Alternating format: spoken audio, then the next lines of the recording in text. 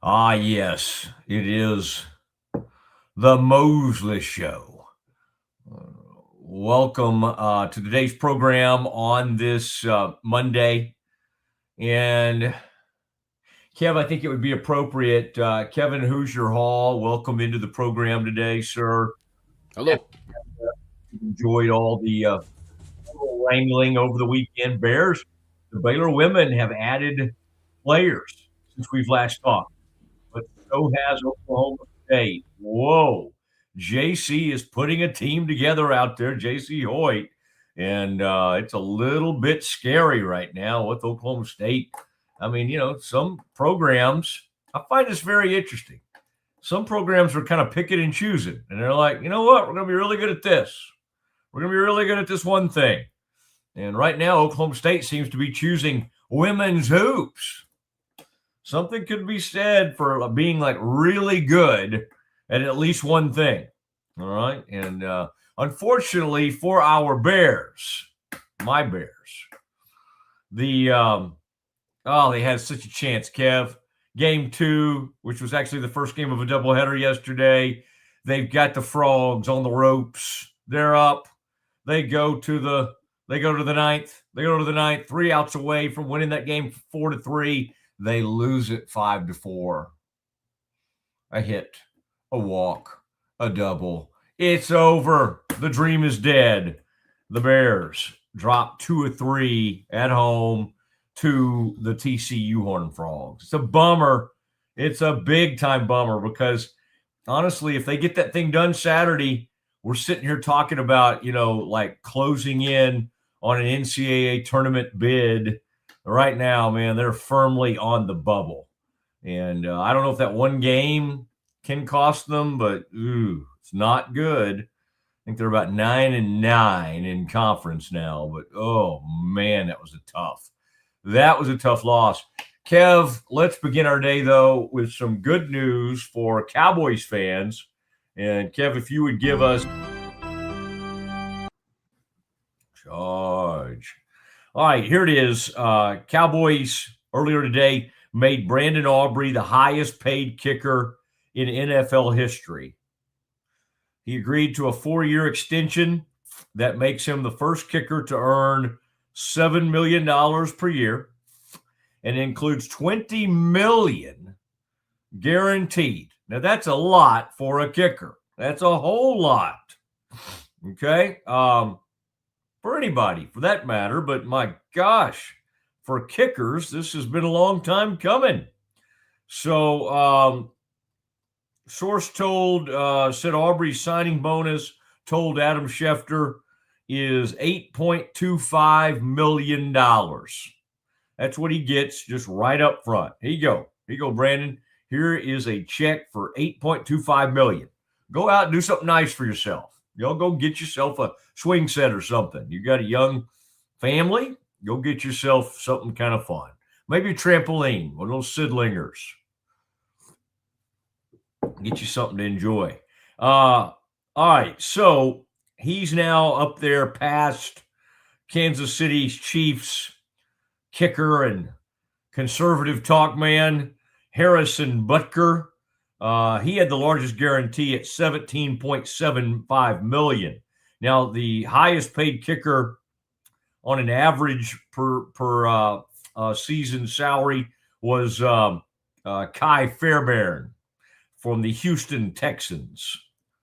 Aubrey joins quarterback Dak Prescott, another French client, as the highest paid at his position. Last summer, the Cowboys made left guard Tyler Smith the highest paid interior offensive lineman in history, with a deal averaging $24 million per year. All right, now that since was passed up by Tyler Linderbaum because the Raiders just went nuts in free agency, but that's okay. CeeDee Lamb's the 4th highest paid receiver. These Cowboys, they do pay. They will pay you some money unless they get mad at you. If you dog it during a preseason game, you go over there and you lie down on the trainer table and make a fool out of yourself, they might just deal you. They might just send you out of town to the Green Bay Packers, which is what happened to Micah Parsons. Now, Aubrey turned 31 in March. His backstory is pretty well documented.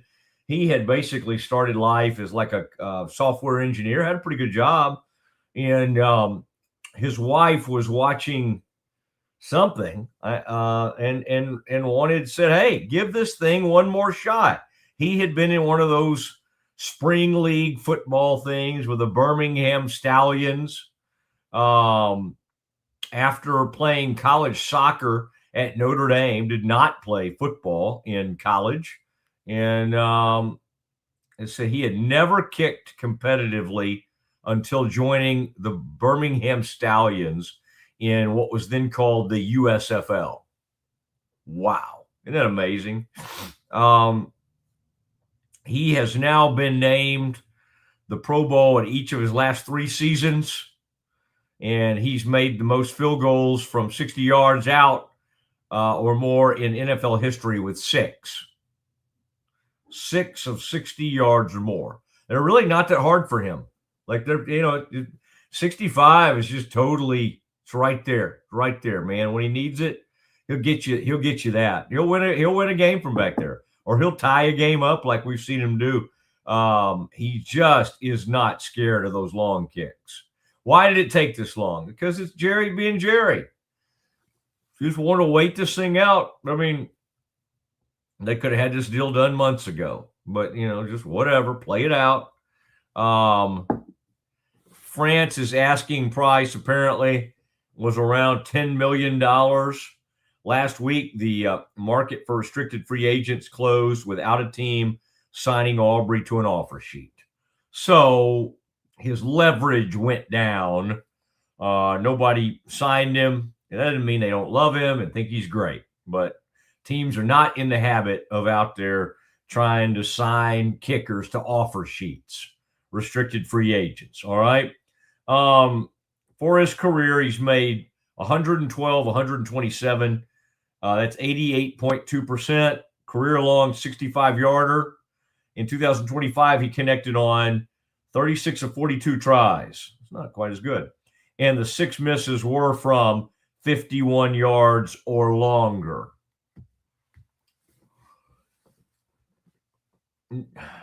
Kev, it's over, man. It's over. They did it. They got him signed, and they were able to wait it out, and they got themselves. Everybody's like, why don't you just do this thing for about $7 million a year? And they're like, no, we're not going to do that. We're not going to do that. We'll sign him to the offer sheet or whatever. Well, they got it done. $20 million guaranteed. It's a lot for a kicker. He's 31 years old. He's got the rest of his life. He's a made man with this kind of money, and he's earned it. He's earned it by being the best kicker in the game. So why not be rewarded like that? And he's a good, this guy that's not going to do anything to embarrass you. He's a nice kicker. I mean, Butker's can say whatever he wants. Aubrey's a man who keeps his political opinions pretty close to the vest. Kev, I doubt that you and I could really tell anybody anything of what Brandon Aubrey thinks on any topic, except the guy was a soccer player, pretty good soccer player back in the day, played college soccer. So if you're out there and you're a soccer player, learn how to kick football. You might end up making some serious money. And I think he was good enough to maybe try to be a pro soccer player, but decided not to. But it was his wife. It was his wife who said, hey, let's give this thing one more go. Come on, man. You were good in Birmingham. You're good in the USFL. Let's get out there. Let's give this thing a look.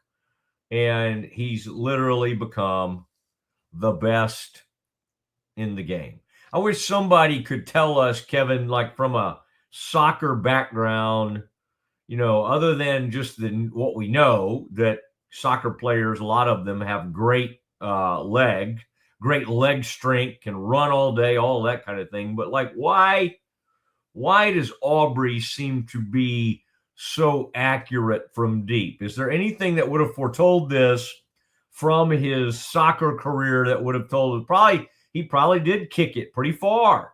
There's probably evidence if we looked hard enough on the YouTube to find him kicking the ball the length of the field or whatever. But this man made the transition, and he made it beautifully. And he is now the highest paid kicker in the game. Kevin Hoosier Hall is a kicking enthusiast. He's a man who loves the kicker. He wanted the kicker in the Super Bowl to get named MVP. Yep. Even though that kicker, basically was making a bunch of short field goals. But I think Kevin thought, way to go, buddy. The quantity was there. He was a high volume kicker. But Kev, I'll tell you what, I would say this kicker. Now, the Cowboys could never get to a Super Bowl, so I know I'm just dreaming. But if anybody were ever going to do it, it would be him because of how huge of a weapon he is. If the Cowboys ever did make the Super Bowl, I could see him making like a 65-yarder, a 60-yarder, all of that kind of stuff. I could see it happening. Yeah. Are you the excitement you have today and your love of kickers, which goes back to, I guess, when Vanderjagt was a good kicker, and then of course he left a bad taste in your mouth because he became Vandershank. Steelers. Yeah. Mm-hmm. At one point, he was the most accurate kicker in the history of the game, though. Yeah, and I guess he probably had old Pat McAfee holding for him. Can you imagine? No, that would have been Hunter Smith back in those days. McAfee held for only Vinatieri. Interesting. Well, when Vandershank missed that 47-yarder against the Steelers, his career kind of pretty quickly came to an end not long after that, and it did not help that he got at odds with the great Peyton Manning. And there's some famous clip of Peyton calling him the idiot kicker or something like that in the story. I think that was at the Pro Bowl. He was interviewed on the side of the Pro Bowl and just went after him. So yeah, because Vanderjagt had said something about him, hadn't he? Yeah. I mean, I think this is great. I mean, it is a sport that's called football, and so you should reward the only players that actually use their foot with the ball and score the most amount of points single-handedly. They're very they're kind of like you don't really, they don't get respect. But if somebody misses one, then it's bad. And then of course the game winners, they get carried off the field. There are great moments for kickers and all of that.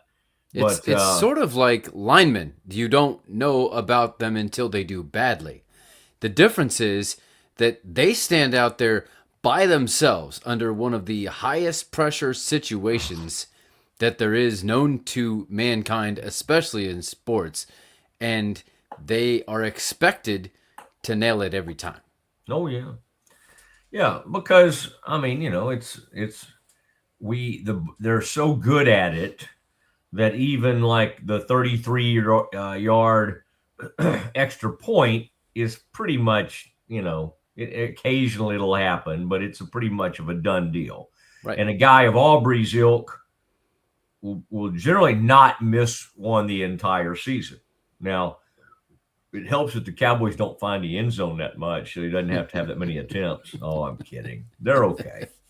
They're okay on offense. Well, they let you in the end zone a lot on defense. It's a team that will let you in there. Now, we'll get to the other big NFL news. Let's stay with the Cowboys for a minute. I want to say, Kev, I want to hit on this. I think this came from a Schefter column where Schefter was just kind of throwing out some nuggets, interesting little, here's some interesting stuff. And there seems to be a movement right now that if like Sonny Styles and Jeremiah Love and David Bailey. If some of these guys started going off the board before Arvell Reese, let's say that Arvell Reese, because there's some buzz, and it was Adam who talked about this. By the way, Kevin, I shot my shot. He's a longtime buddy, but I knew this was going to not be a great week to do it. I need to do it during a down week, right? I don't need to wait till the freaking NFL draft. I reached out to Ian Rappaport. Now, the good thing about Ian is he literally responded to me within 30 seconds.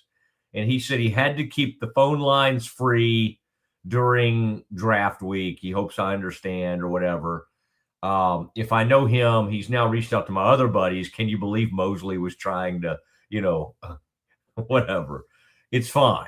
It's fine. I would rather the quick turn down than the non-response, which that's never fun. But but Rappaport got back quickly. In the coming days, we're supposed to have a show today, Cowboys Insider for The Athletic. John has put out his seven round Cowboys mock draft. We'll look at all those players. It's a compelling one because we recognize a lot of the players on there. I think he was kind of perhaps playing to his audience, which, would be Cowboys fans, would be people in the state of Texas. And so there's some interesting names that pop up of local lads that we know, all right, that we'll talk about. But there is a growing mention today from Schefter and others. And by the way, other people are still talking about this Rossini, what's his name? Vrabel story. I've really tried to steer clear of that. It's just, it's unfortunate. It's really horrible for those respective families.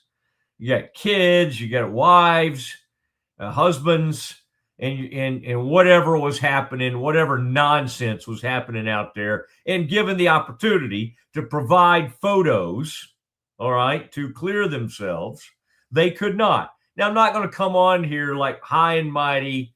Oh my gosh, Mosley's never had an impure thought in his life. Okay, Mosley, he's beyond reproach, or whatever you say, above reproach. No, so I don't go around here judging people and like, how could they? Oh my gosh, how in the world? It's embarrassing for the profession. It's embarrassing, and not just for like women. People say, oh, she's set back female journalism. No, she has not. Let's just say she's set back journalism, period, for that behavior. And let's not exempt him from it either. All right. Somehow, a lot of times the man in these things skates. And it's like, well, it's not great. It's not great, but, he didn't really do anything. The NFL's not going to look into it. He just was a louse. He just acted, boorishly and like an idiot. All right. And stepped out on his family. Okay. If you think that's nothing, great. That's fine. All right. I mean, I think we see it a lot in politics now where people are like, oh, I know he does this, and this, and that, but I still love him. Okay. All right. It's funny how we change that, isn't it? With different parties, whatever way we're leaning, if it's the party you hate and they have affairs and stuff, it's just like, that's awful. That's horrible. All this. But if it's the party you love, then it's like, well, we can put up with that. It's okay. He means well. I mean, you find excuses. So anyway, I didn't mean to get on. And again, don't worry. I'm not going to lean either direction on all that. But it's just funny how we are just so accepting and forgiving if it's our party doing it, or our whatever, our political candidates out there. And by the way, both sides of the aisles, they're out there making big mistakes, because what happens when you get a lot of power? You get corruption, and again, you get humans, because humans make mistakes. Now, it just so happens that sometimes they make it on this, in the public square. And then we all sit around and, make fun of them and make jokes and all that. But we've tried to stay away from all that. All right. Oh, here's where I was. Kev, this I think is of great interest to Cowboys fans.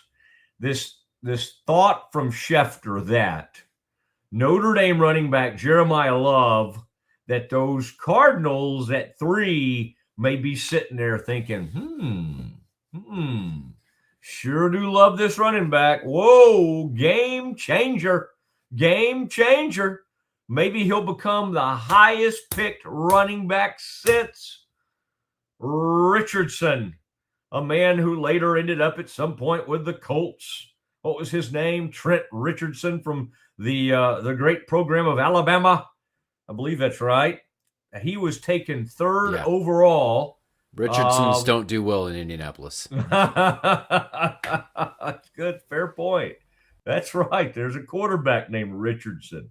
You are correct, sir. But there's talk of this running back being so good that the Cardinals. Now, what would that do? Well, that pushes somebody down.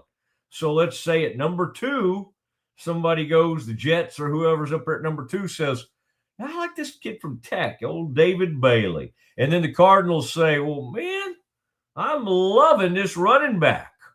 And then at 4, somebody says, well, I mean, either Caleb Downs or Sonny Styles. I love him. Sonny Styles, one of the cleanest players in this draft.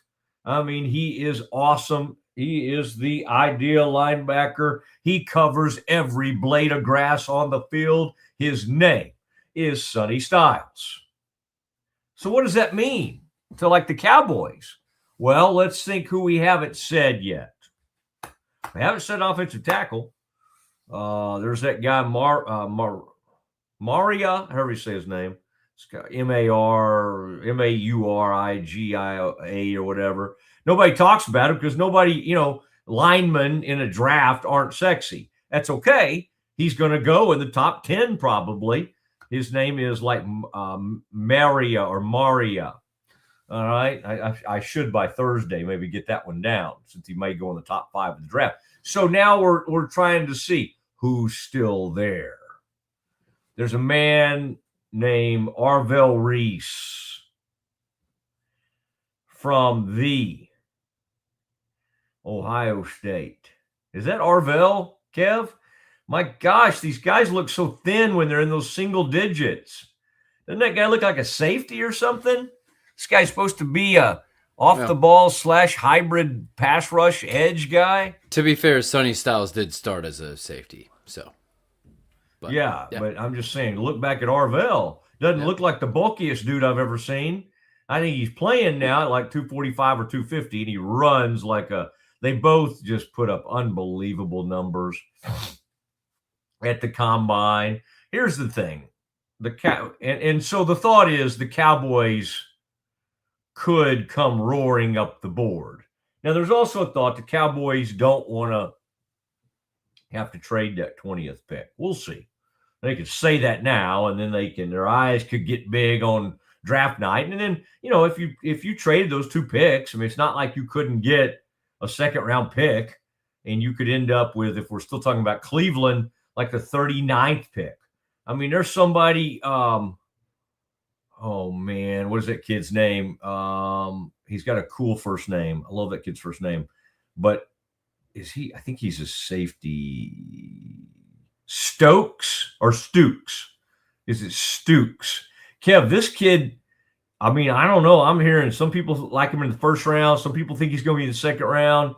You know who I'm talking about, though. It's like Tevin Stukes or something like that. I love this kid. I really do. So, again, the thought comes, can you get a guy at 39 that you love just about as much as somebody you might love at 20? Are they going to be graded a little lower in your mind? Yeah. Will the Cowboys admit that? No. Once they pick somebody, if they got a second-round pick and pick at 39, they're going to try to convince us, oh, my gosh, we had a first-round grade on this. Oh, my gosh, we had this guy as the best player in the second round. That's what happens, okay? And Cowboys aren't the only team that does this. there's a lot, and again, we'll look at this 7-round deep. We're going to look at this 7-round deep group. I wanted to look at my text to make sure. Oh, good. Okay, I got all kinds of people getting back to me, but they're talking about. Let's see. Well, this is a very okay. Very interesting. Okay, that's somebody, Kev, that wants to be part of the Mosley Show, wants to partner with us in some way. So it's always great to hear from folks like that. But this is Reese. I find it very interesting. Boy, Kev, look at us. That was like 28 minutes, just like that. Just like here's our draft talk. This is what we do. This is what we do. And Kev, we haven't even mentioned, and now we'll get to Campus Confidential. We'll start Campus Confidential by about 1:40. All right. And then we got a bunch of NFL stuff after that. Kev, be looking. I've been monitoring the portal. The Baylor women got real busy in the portal. The Baylor men, they got the Mingo kid that we like. Caden Mingo, and they're trying to get his younger brother, Dylan Mingo. Love it. And, we had the kid the other day on, Brett. We had Brett Decker on. But, man, we got to have some more. We got to have more of them. Got to get more of these guys in. I'm the one that's killing me. Remind me to bring this up, Kev. The kid named Elmer, because I thought there were some good glue references we could make, some good jokes and stuff. But also, he's 6'7" and can flat out shoot the three from Miami University, or as some of us still like to call it, Miami of Ohio, a team that basically went 36 and 35 and 0 this year, 35 and 1 or whatever nonsense. Baylor wanted him, loved him. And he ended up with the Wisconsin Badgers. The Big Ten kind of just has decided, well, we run basketball now. All right, we got the biggest NIL budgets. Indiana's going to get about 6 big-time dudes in the deal. Illinois has every European great that's out there right now, and Michigan's going to return several of their greats. All right, so we're just going to run all of college basketball. Oh, wait, but I thought the Big 12 was the best conference. Well, yeah. I mean, at times they behave like that. Maybe they'll get back to being that. But you gotta give the Big Ten. No, I'm giving you guys props. Yeah. I don't. Who were the last 3 football champions? I know. But I'm just right now. I'm sticking with who's. One at a time. You are still. I'm very happy for your football success, but y'all are Johnny-come-latelys. But I'm afraid you may stay at the party, and that's hurtful. We thought the Bears, kind of like Indiana. Now the Bears had more success in the past than Indiana, but the Bears under the Brazos era had arrived at the party, baby. It was just like, we may be dominant for the next 10, 15 years. And that was set up to happen. And then, as only Baylor can, it all came crashing down. And there were little reverberations. 2019, here we are. Matt Rule. I'm going to go to the NFL. See you guys later. And then, Dave had some of those players. Dave Aranda. 2021, here come the Bears. Bears were great. Bears win the Big 12 and win the Sugar Bowl. And it's kind of like, hey, we're back on top. And then by the next season, they had lost it again. This is for another day, Kev. The question will be, can the Bears, can they be big players in the NIL era? I don't know. I mean, I'm to the point where I think Baylor found unique ways to win big in a previous era. they have not, in the NIL era, demonstrated that they can win big in any sport other than acro and tumbling. And I think those horses are still out there doing some jumps, and they're doing well. We got a good stable of horses, but we aren't great at anything else in the NIL era. Can we be? I think, but man, I'm going to take. In fact, I was just hearing from somebody that when I got distracted a minute ago, Kev, that was somebody that's trying to help fuel all the Bears NIL. We do. Everybody wants to say, well, who's our Cody Campbell? I don't know. I don't know if they have that. You might just have to have a bunch of them that add up to Cody Campbell. And you still probably don't become Cody Campbell, but that's okay. That's okay. In my next career, which I may start like next week, I think I am going to get into the oil and gas industry. I don't know if my speech comm / history major, I don't know if it really translates, but I do think I'm going to do some oil and gas stuff. I just feel like I kind of know where that stuff is. Like I know where the jacks are.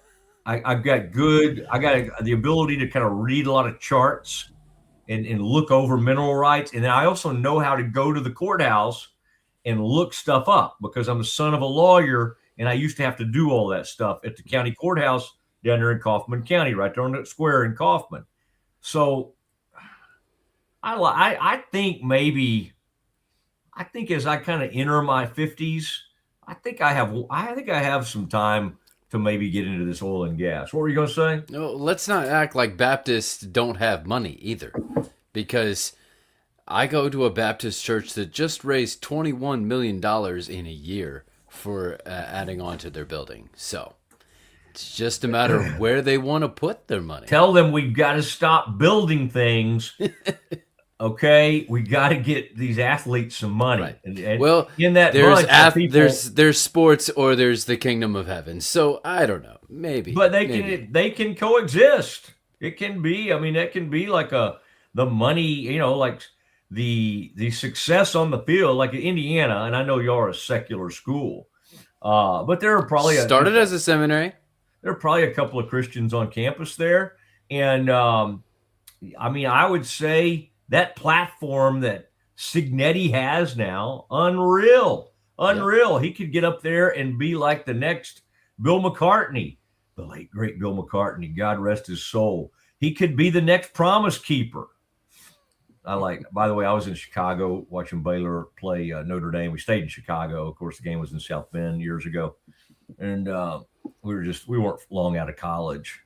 And we wanted to go see a show at Second City, the famous comedy club there in Chicago that Bill Murray and Chevy Chase, many famous comedians. It's where Colbert came out of. But at the time, Promise Keepers had become a huge thing. Well, as you might think, at a place like Second City, they were taking their little pokes, right? Oh yeah. And so we didn't see this when we were too Baylorish, right, to go see this. But the show was called Promise Keepers, Losers Weepers. Something tells me it was going to be a little bit sacrilegious, maybe a little bit. That's okay. That's okay. We can have fun. Although I said, I hope Mormons have a good sense of humor, because that Book of Mormon, whoa, that was it was great and it was well done. But man, if you're a member of the LDS, you'd have to have a really good sense of humor to sit there and kind of laugh at that. Otherwise, I don't think you're enjoying that experience too much. Do my LDS friends, do any of y'all like Book of Mormon, or did you find it sacrilegious and rude and ridiculous? I kind of almost think most of my friends would say the latter. Kev, before we get to what should be a stirring Campus Confidential, I feel like it just broke out, right? And thank you, C&B. Thank you, Central National Bank. My gosh, what a tremendous partner you have been over the years. No matter where I am, radio, anywhere I am, you guys have been there, have been supportive. Just awesome. And then they're way connected to Baylor, especially Baylor women's basketball, C&B. You've seen all the commercials with Nikki. Kev, let's, I tell you what, let's just mention it, and then we'll come back to it in the 2 o'clock hour, and we'll hit the kicker again. But let's just mention Dexter Lawrence. The trade did happen. There he is. He's already been photoshopped into a Bengals uniform. The Cincinnati Bengals have surrendered the 10th pick in the upcoming, it's really coming fast, Thursday's draft. 10th pick for 28-year-old, soon to be 29-year-old. During the season, he'll be 29 years old. And you give up the 10th pick in the draft for Dexter Lawrence. They did a year extension for good old Dex to get him through, I think, 2029 maybe. And that 1-year extension was for about $28 million. Good for Dex. He is great. He is disruptive. You should see the Giants' numbers when he's off the field. When he's on the field, they're pretty good. Pass rush, run stop, they're all like kind of top 10. Pretty solid little unit. When he goes off the field, they're awful. They're like Cowboys bad. Their numbers plummet without the great Dex. All right. Now you say, well, what is he compared to like Quinnen Williams with the Cowboys? Different, a little bit different type players. The scouts I was talking to, even last night, I was talking to a former Cowboy scout and coach. And he was saying that maybe this guy, maybe I would say the pressures numbers and I suggest that Dexter is more disruptive. Now, Quinnen, from a pass rush standpoint, kind of getting after the quarterback and maybe even just a little more athleticism, dare I say, he might have Dexter in some of those. But Dexter's numbers kind of hold up against anybody and everybody. I did see, Kev, that the Giants are now, they may wait till after June 1 to bring this guy in, but the former Lions great DJ Reader, he may have played at the University of Texas. At one point, the Lions had so many players from the University of Texas. But anyway, DJ Reader, is that a person? Am I making that name up? I think that's a player. I think that's who's going to end up with the Giants. Now, what do I think of the deal? Well, I mean, the Giants, he wanted a trade. They were going to explore things. Every time the Cowboys do something like this, they're trying to move a big money player off the books. They got a 3rd-round draft pick for Osa Odighizuwa. Is Osa as disruptive as Dexter Lawrence? No, I don't think he's the player he is. But man, for a guy who will soon be 29,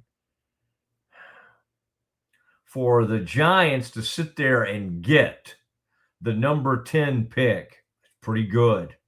It's pretty good. That's a dangerous team right there with a good young quarterback. They already got neighbors at wide receiver. They got that one guy, Kevin, we like, unless he left in free agency. I can't remember. I don't think he did. The guy who's like a big 3rd down receiver for the Giants. He tore up the Cowboys this year in a game.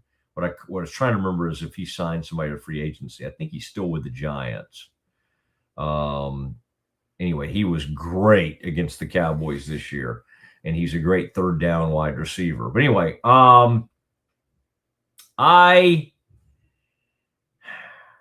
there are a lot of people who like this deal for the Bengals because their reasoning is there's nobody you can get at 10 or even 5 that is the quality of, if you want a defensive lineman, you're not going to get anybody like this. So they think it was okay.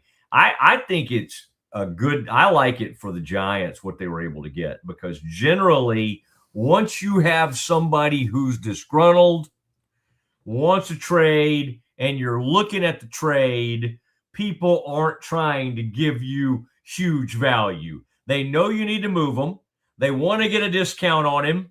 And so to do that, they're willing to give up usually like a third, fourth round type deal. And you say, well, he's one of the best linemen out there. Well, I'll show you what the Cowboys have done in the past. I mean, Amari Cooper was still a really good wide receiver. Okay, what did they get for him? Like a second rounder, third rounder, fourth rounder? No, they got a fifth rounder. They got a fifth rounder for him. And they just to kind of get him off the books and to move him. We keep seeing this from time to time. Kev, I think the Packers were ready to kind of move on. Wasn't Rashawn Gary basically announcing his release? And so they had to try to put the genie in the bottle or put the whatever the saying is, put the toothpaste back in the tube, and that was hard to do. Cowboys ended up giving up a fourth round pick for Rashawn Gary. So bottom line is, I think that the Giants, in my mind, won this trade. Now, if Dexter goes to the Bengals and somehow he energizes and they have a great year on defense. By the way, your defensive coordinator, Kevin, with the Colts, didn't he used to be with was he with the Bengals at one point? Or was that the Ravens? He was with the Bengals, he was wasn't with the Bengals and up until last year was his first year with the Colts. So Yep. See, and before that, to me, this says like you talk about what the Giants were able to do with him on the field. Well, the Giants also had Kayvon Thibodeau and Brian Burns, and the Bengals just gave away their top defensive end. So, what is he going to be able to do without a quality edge rusher? Because he had 2 with the Giants, and now he has 0. So I agree that the Bengals just totally lost this trade. Yeah, it's hard to say. Yeah, I believe that too.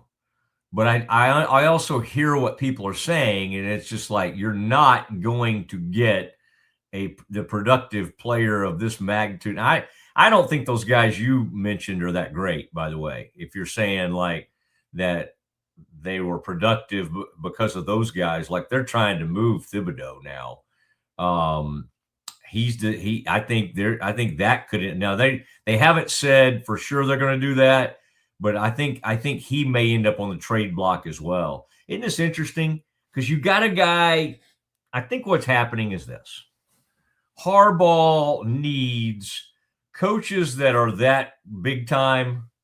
They've got to have their people.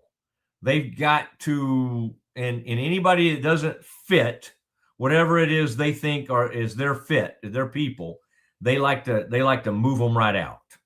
And that's why, like Thibodeau, and I mean, obviously I think they'll hold on to Burns, but boy, everything seems to be on the table right now. I will say this thing gets fascinating because what are the Giants going to have? I mean, you literally could have Sonny Styles.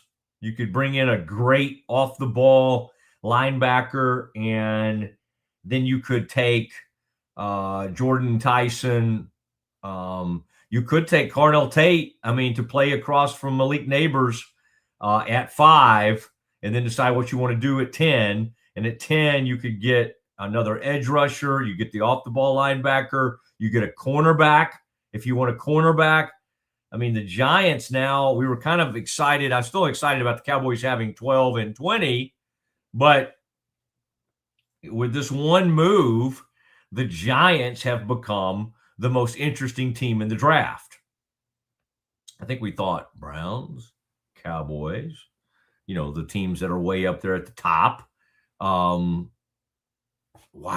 this is huge. All right, Kev, we do have a lot of great sponsors, and we're going to take care of them. Schmaltz's, love you, Schmaltz's. Oh, could I use I heated up a bagel And it was still good. It was good. It's one of this famous bagel place in Dallas. But what I really wanted in that moment was a Schmaltz's sandwich. Wow. All right. Lots going on here at Rogue, here on the Mosley Show. Let's do some Campus Confidential. It'll take us right into the 2:00 hour, and then we'll get back into some of this NFL, and then we're going to have him on tomorrow. I'll let you know what time. Probably around, I don't know, maybe about 2:00 tomorrow.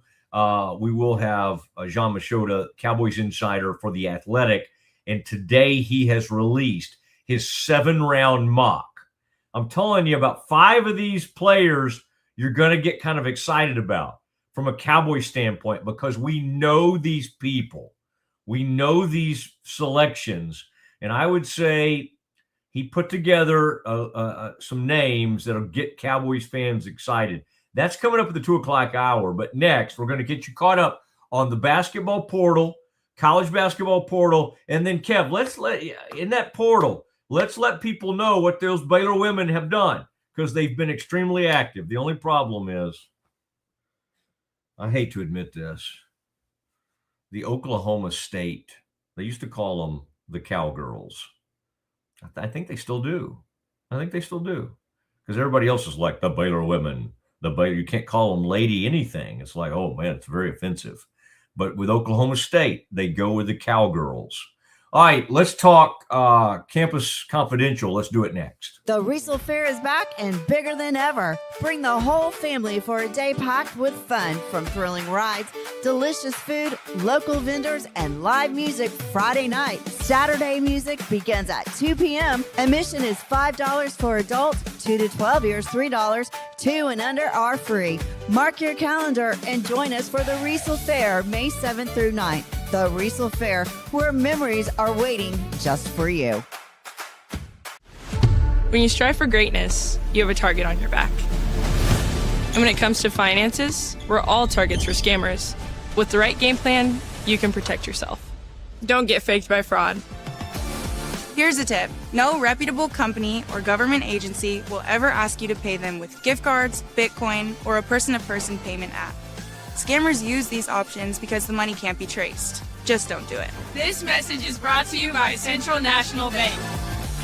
This year, I made a New Year's resolution. I want every business to own a new copier from CTWP. Call me, Leroy the Copier Dog. Let's get you a copier delivered today. CTWP, your local copier company.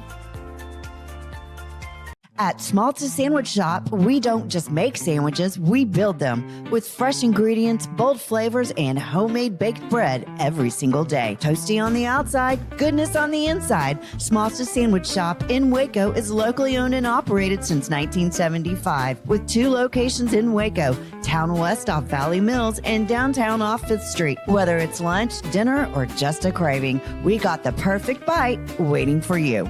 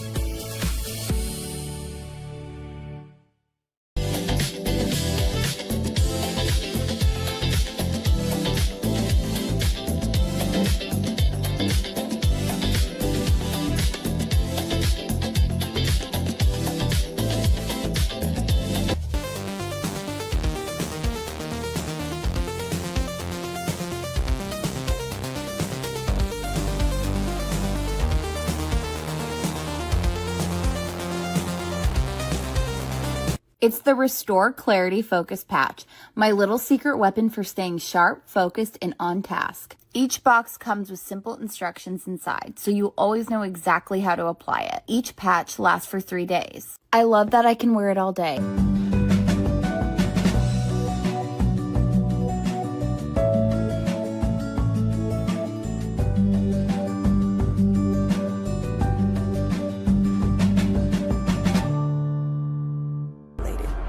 It looked effortless. Man, watch this. Layups, floaters, threes. He was like an unsolvable equation. I was born like this. His resilience, his strength, his belief, adversity never stood a chance. Know your power. It is the Mosley Show. I like Kevin. I like your style. Kevin Hoosier Hall. Getting ready to lead an inspired Campus Confidential. I'm monitoring like crazy. I've got people feeding me information. There's one guy I kind of tried to talk about to Baylor, and then I was told, nah, he's not in the plans. And now they're meeting with him Wednesday. And so I'm kind of riding the roller coaster. It's like I was in on this guy. I was told not to be in on this guy. And now it kind of seems like Baylor's taking a look. I don't know what to say about that. I can say, and Kev, let's go ahead and put it up there and put yourself on the screen, sir. Since this is when you truly shine. It is time for Campus Confidential. There's that logo that you know so well. Just saw this from our friend Grayson Grundhafer. Kev, you remember him? Yep. UAB transfer Evan Chapman is set to visit Baylor today. The Harker Heights, that's in our fair territory. Yeah. I still think of this like radio. I'm like, how many people can hear us? We can be heard all over the world right now, all right? But Harker Heights, for sure. He averaged 8.8 points and 8.8 rebounds. That's good synergy. While playing 29 minutes per game from UAB, Evan Chapman. Now, again, this is the weirdness of the portal. We hear a guy scores like 9 points a game, and we treat it like, oh my gosh, he scores 27 a game. Like we get excited about these people who. There's one big school that brought in some guy today, and I'm like, oh, this guy sounds pretty good. Let me see what he's been doing. It's like 5 points a game. Oh, all right. Well, I mean, UConn wants him. Well, that's pretty interesting. It's just how the portal goes. Or as my man Ron Washington, this is the way portal go. He used to say, this is the way baseball go. This kid, Kevin, let me ask you this question. All right. Why might I be excited about a UAB transfer? What would excite me about someone coming from that particular program? Can you think? That's where Yaxel Lindeborg came from. I mean, again, I think Yaxel's numbers at UAB were a little better or about double or, what this guy's worth. But let's get him in. Let's get him into Waco. Let's take a peek. He's from the area. We got a local kid last year, maybe back this year, Caden Powell. Loved having him. I thought Caden Powell exceeded expectations. Isaac Williams exceeded expectations. We spend a lot of time because Kevin's so negative. No, I'm kidding. We spend a lot of time talking about who did not meet expectations. Well, I mean, a lot of them, some of them did. Now, the poor Ratai was, that's as bad a portal miss as you could ever have. And you say, well, how did that happen? I don't know how it happens. Like, you put up numbers at Oregon State. For whatever reason, the numbers vanished when he arrived in Waco. Well, whose fault is that? Is it the coaches? Sure. Is it the players? Yes. Is it the fans? No. Baylor fans are largely pretty supportive. I mean, now online, if the poor kid was hanging out online, they were not supportive. But nobody at the games was ripping him, right? Everybody at the games, generally pretty nice. We're just like, hey, where can we get a soda? Hey, who's serving the cookies? Oh, don't bring that up. Okay, if you're sitting courtside.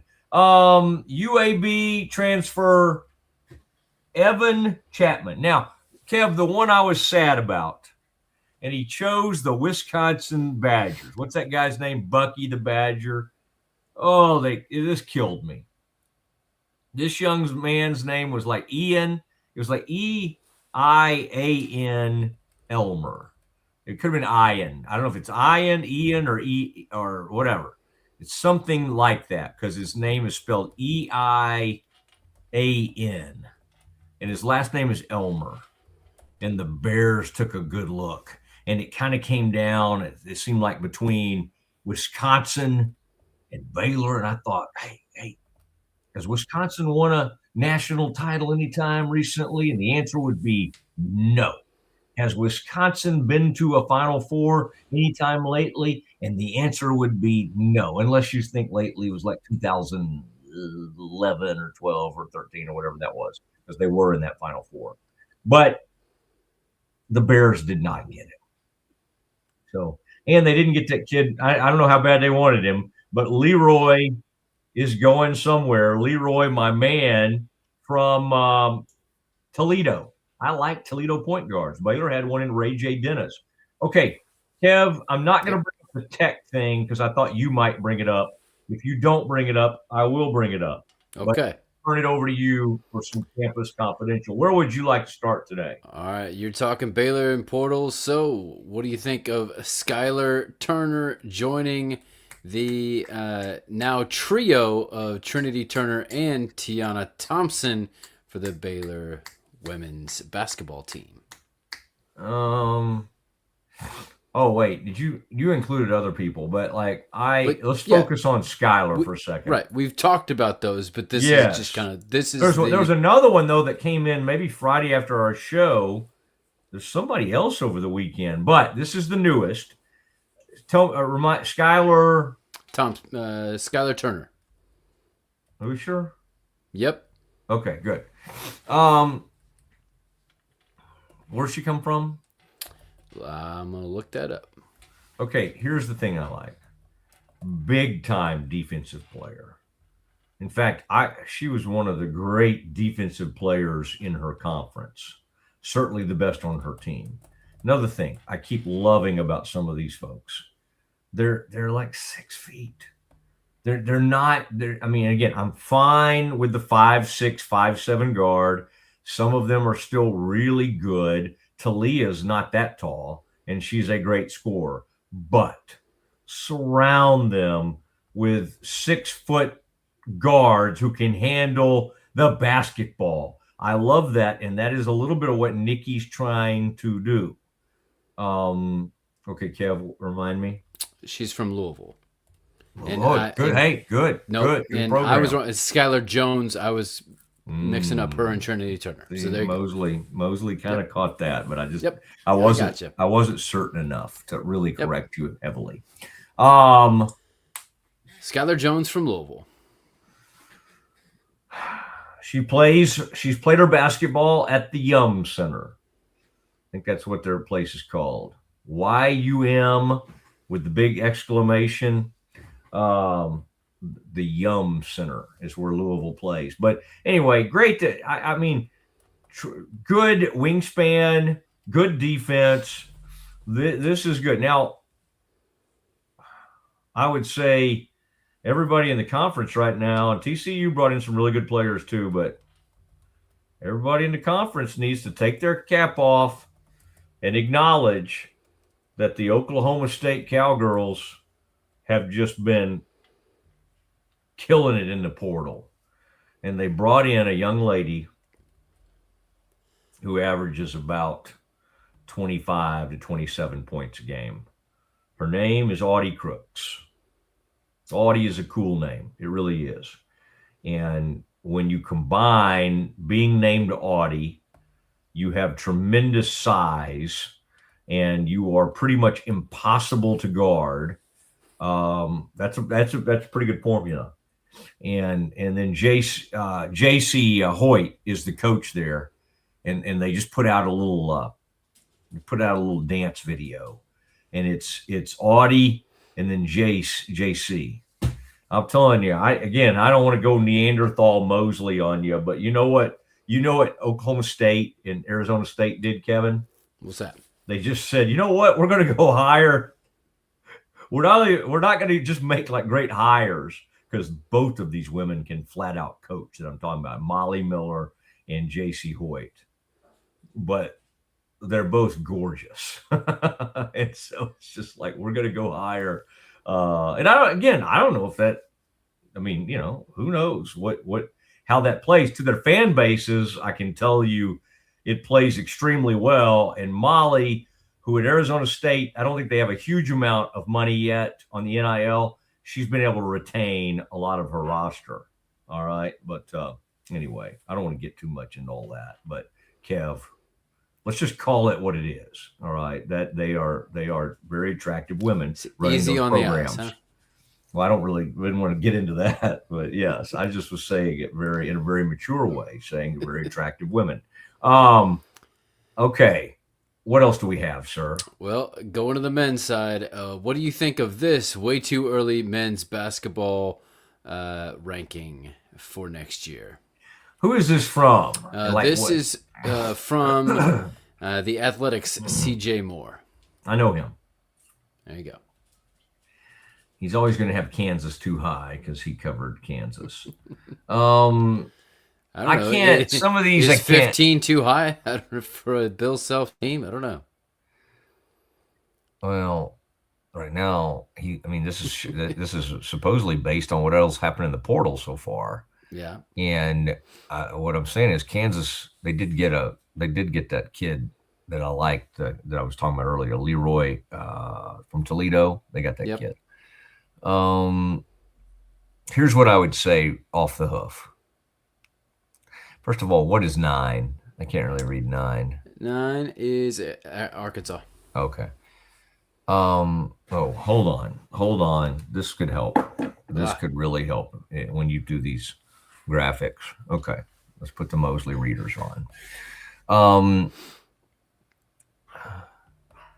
I've got no down boy.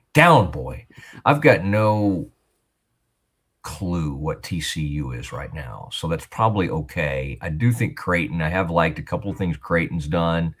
I would probably, as much as I'm not a Horns backer, I would say the Horns could move up a few spots. I think what they've done is fairly impressive. And I think U of H is too low. How can you look at what Kelvin's done and then look at his track record and look at the fact he's almost always the number 1 or number 2 seed and look at the fact that he always goes to Sweet 16? And I would find a way to have him in the top 10. What I don't like about this too is some of these people haven't even brought in really anybody in the portal yet. So some of them he's giving big time benefit of the doubt. Like Duke, I think he's doing that because Duke will obviously bring in another great freshman class and all that. I'm sad the Bears are no longer an automatic. And I do think they'll play their way back into that status. But it really stinks that in like 2 years, the Bears have lost the benefit of the doubt to national people like C.J. Moore. And I get it. I mean, I can't look at the Baylor roster right now and make an argument that is great by any stretch. I think they're going to add to it, and it'll be better. I think St. John's is too low. I think we have no clue on Iowa right now, so they may be a little high. Same with Nebraska. Everybody else up there, 1 through 8. Fulgaris is coming back. I know. I love the guy, but let's look at his numbers. They're not like crazy. He just he hit a huge shot, and I love him too. But if you look at his numbers this year, right, it's not like he was off the charts or anything. I think Kentucky's too high. I think that's all about the brand right there. I don't think they've really done anything in the portal except lose people. And, at the top's kind of lazy. The top's like, well, let's just put the first 6. Let's just put the Final 4 for this year. Let's just put the Final 4 is in the top 6. The top 8 is almost like the Elite 8 this year. I think Iowa State up there is I mean, because we don't know where Momo's going. I don't know why they're. But he's actually, look what he's done in the portal so far. He's kind of done it again. He's really done some quietly. He's put some nice portal pieces together. But then, speaking of that, then where is Louisville here? because Louisville by far and away. Where's Louisville? Where's Indiana? To me, no. If you're just basing it on what you did in the portal, Indiana went crazy in the portal. Louisville went crazy in the portal. Yeah, you're totally right. I think the benefit is that Louisville already had success last year with the same coach. Indiana did not.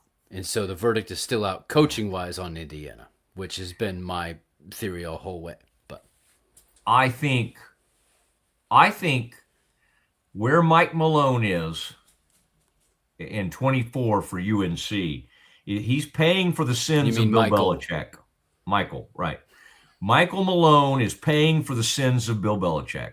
I think people were embarrassed that they thought UNC was going to be good because of Bill Belichick. Michael Malone, love him, hate him, whatever. He can flat out coach. And he's going to be a much better fit there than Belichick. Is he a perfect fit? No. Is he a million times better fit than Belichick? Yes. Yes. So I think UNC's too low. But I like that, Kev. That's good. All right. Then. But don't disrespect Kelvin like that. I mean, Kelvin has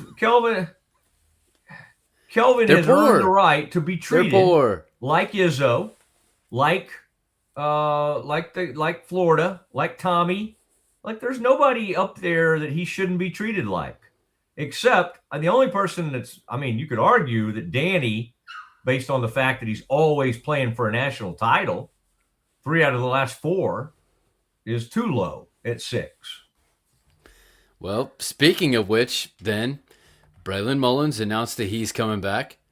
They UConn picked up Nick Kamenya and Kamenya, okay, and then they also have they have Junior County coming in as a freshman. So my question then, based on all of that, is which is most important for building a modern college basketball roster? Is it a 4 or 5-star freshman recruit, a highly touted portal transfer, or retaining your current players? Which is the most important of that equation?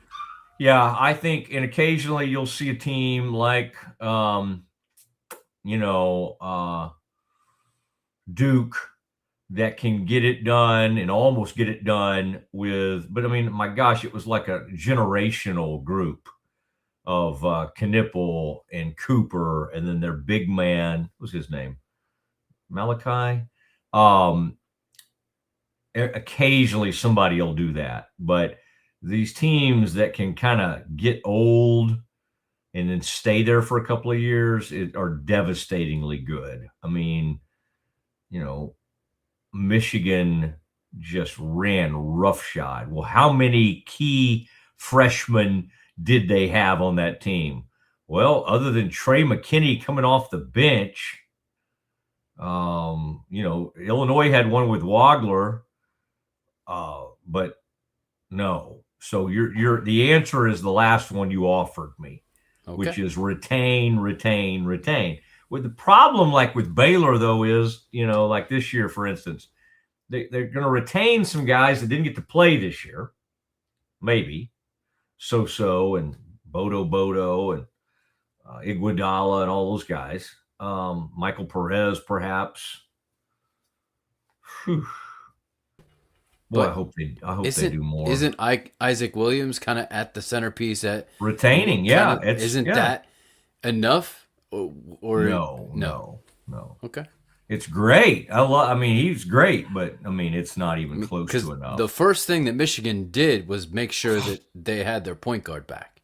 Yeah, but I as much as I love Isaac, and I think you would admit, and most of our listeners would admit, like I've been the biggest Isaac advocate out there. He's not even anywhere in Cadeau's stratosphere.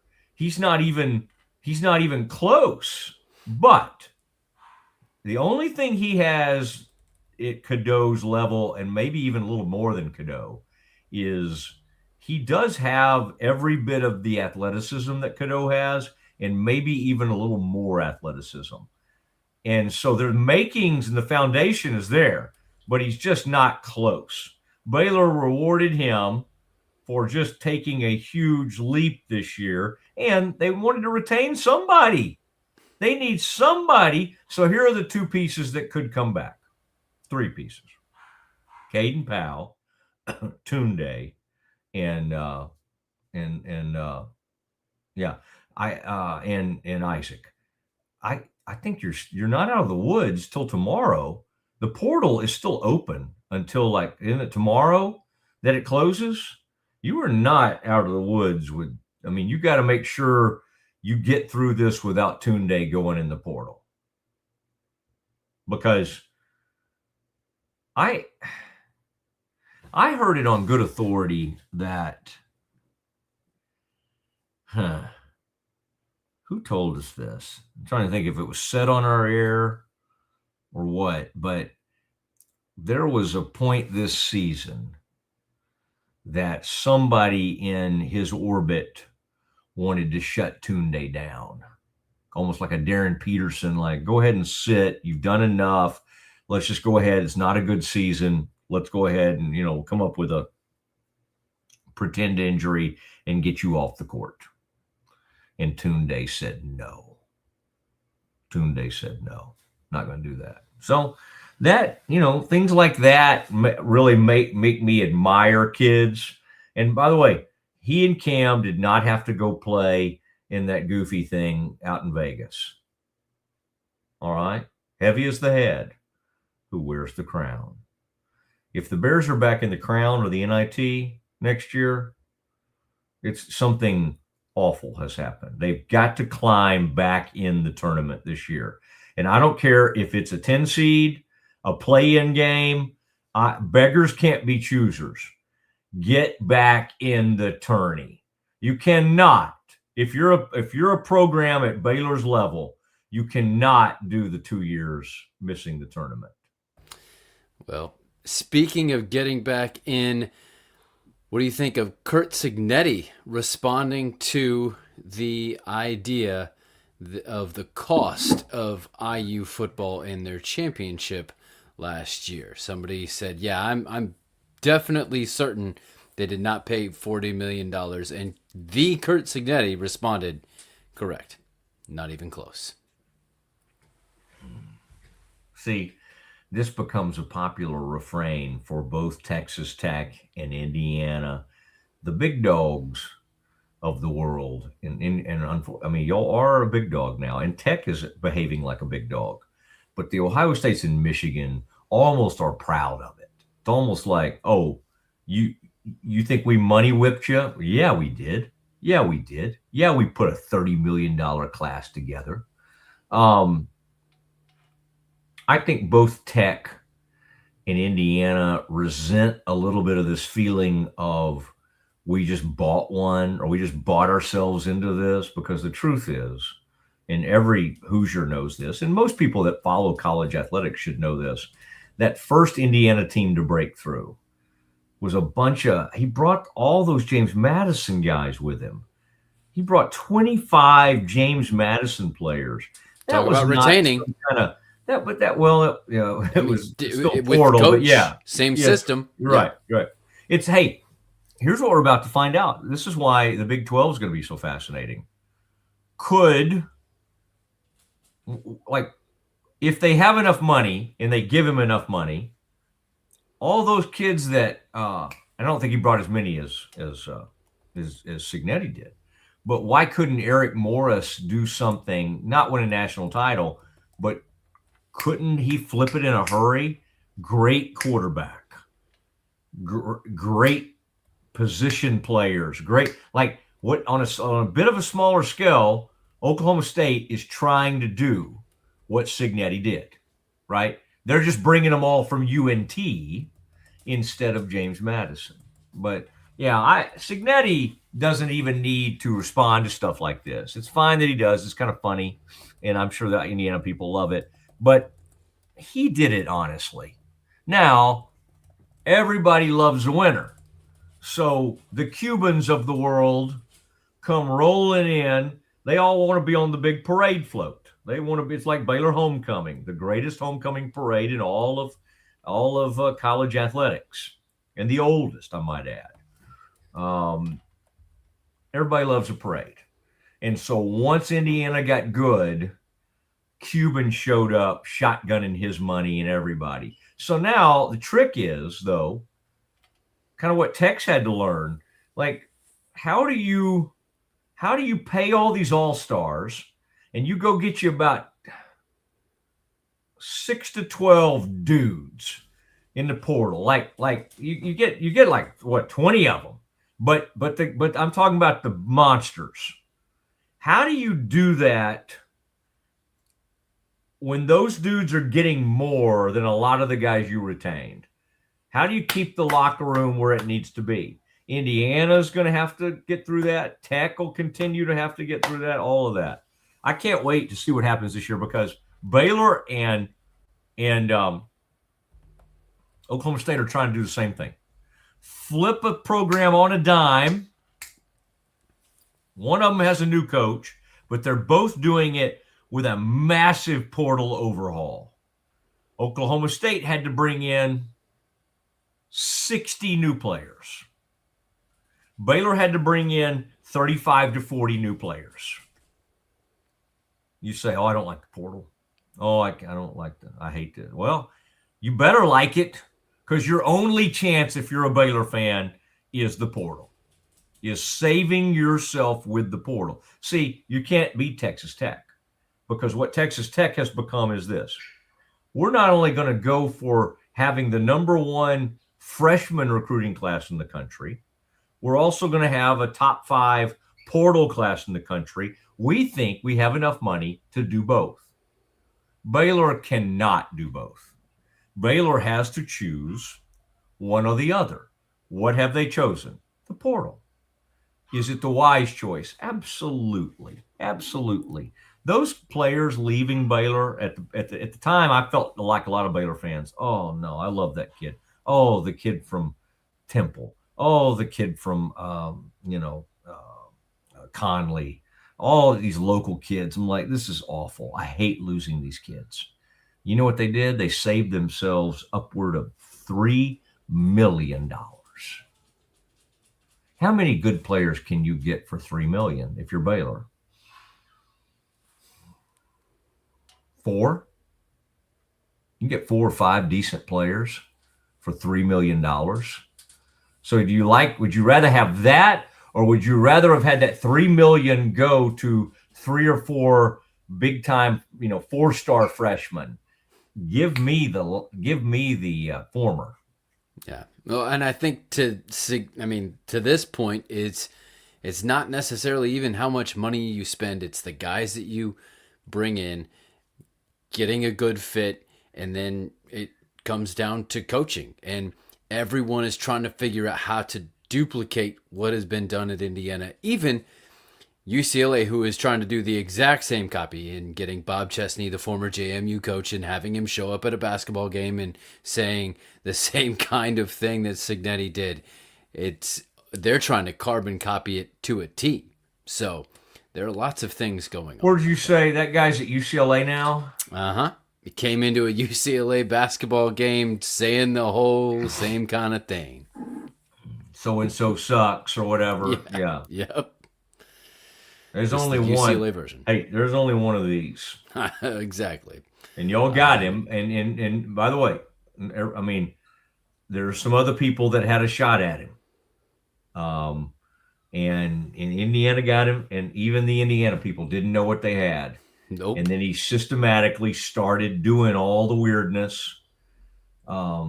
It's just very, very rare that someone chooses to do it how Kurt did it.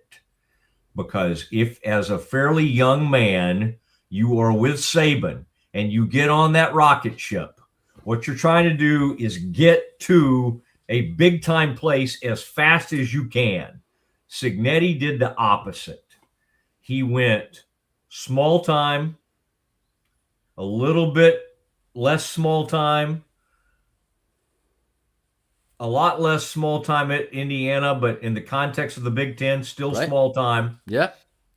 And he hit. But who in the world has the patience for that? Not the guy at Ole Miss. Not the guy at Auburn now. Not the guy at Florida now. Every one of them are in their mid to late 40s. Let's go, let's go, let's go. We got to get it. We got to go as fast. Pete Golding at Ole Miss. We got to go as fast as we can. And Signetti said, I think I may go try to win a bunch, and I may never get a chance. Because at some point, he had to think, I'm 61 years old at JMU, winning a lot of ball games, but he had to think this may be as good as it gets because nobody was hiring 60-somethings. Now they are. And now, thanks to Signetti, people like Whittingham are not done at age 66. Michigan's like, let's see, we got a bad scandal here. Is there anybody old and like wise and mature and an adult in the room? Oh, that guy fits. And that guy was forced out by Utah, which may end up being one of the dumbest things in the history of college football. Can you tell me the name of the Utah head football coach? I cannot. See, that's 95% of America can't answer that. Now, his name, I can about do it. His name is like Morgan Scallon or something like that. But to the point, nobody knows. They took a time-honored, sure thing and threw it away for no reason. Nobody was trying to hire this Morgan guy.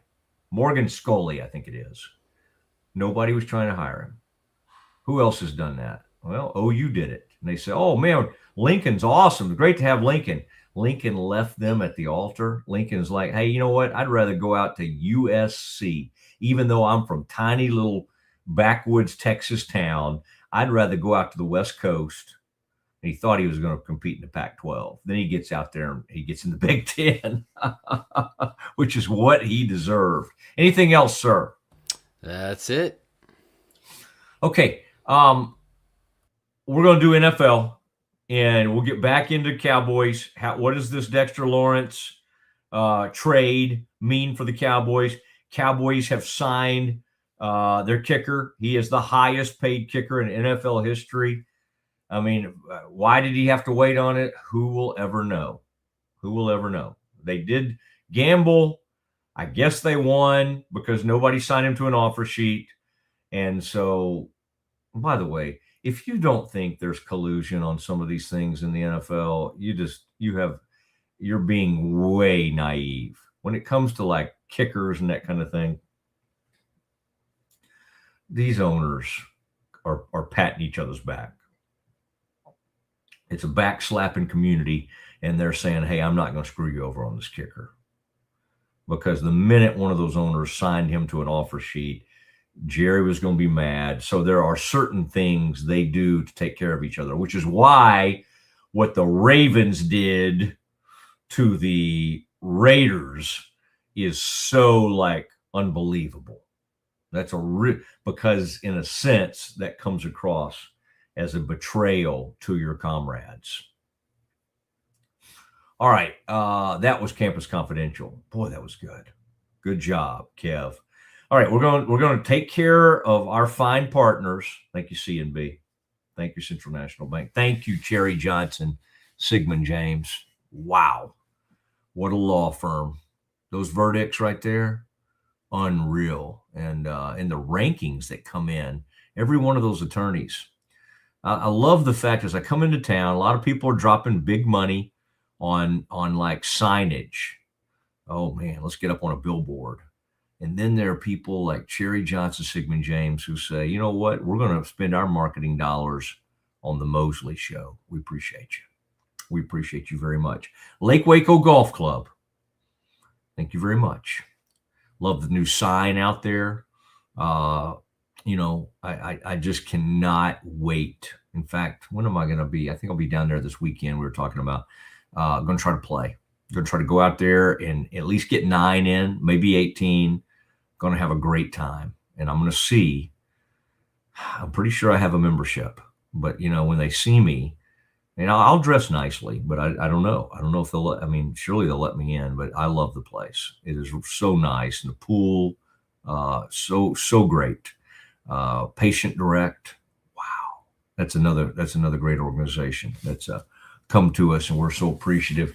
The Mosley Show continues. Let's get back into the NFL and the news of the day with the Dallas Cowboys. That is next. Lake Waco Golf Club is a semi-private facility nestled along the north point of Lake Waco, one of the few facilities in Texas to have a full 18-hole regulation golf course as well as an executive 18-hole par 3 golf course. Plus, check out their bar and grill, which is open to the public. And if you're not a golfer, then enjoy time by the pool or even enjoy fishing around Lake Waco. Become a member today and call to book your tee time. Lake Waco Golf Club, where family and friends fun begins. Check them out at lakewacogc.com for more information. Enjoy a quiet atmosphere with beautiful river views at the Brazos Landing, located in Waco along the Brazos River across from McLean Stadium. Enjoy homemade dishes like shrimp and grits, chicken piccata, braised short ribs, prime New York steaks, and more.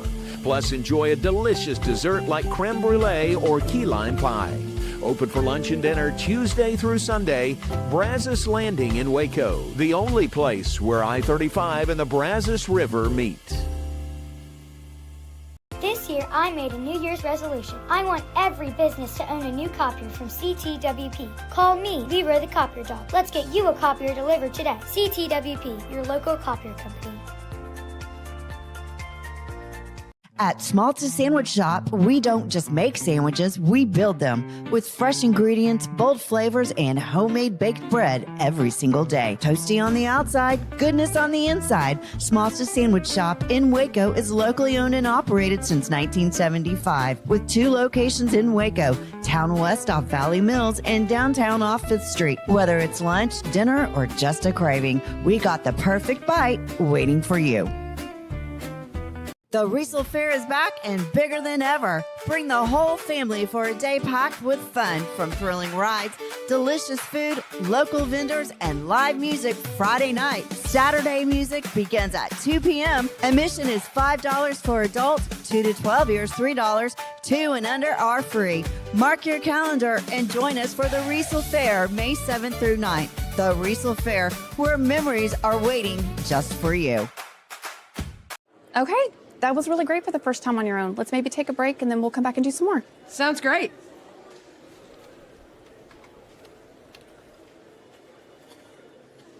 Oh, you're back. That was a fast break. I know. Hi, would either of you be able to assist me? Yes, she'd love to help. Oh yes, I love assists. Central National Bank, proud partner of Baylor Athletics and Baylor Women's Basketball.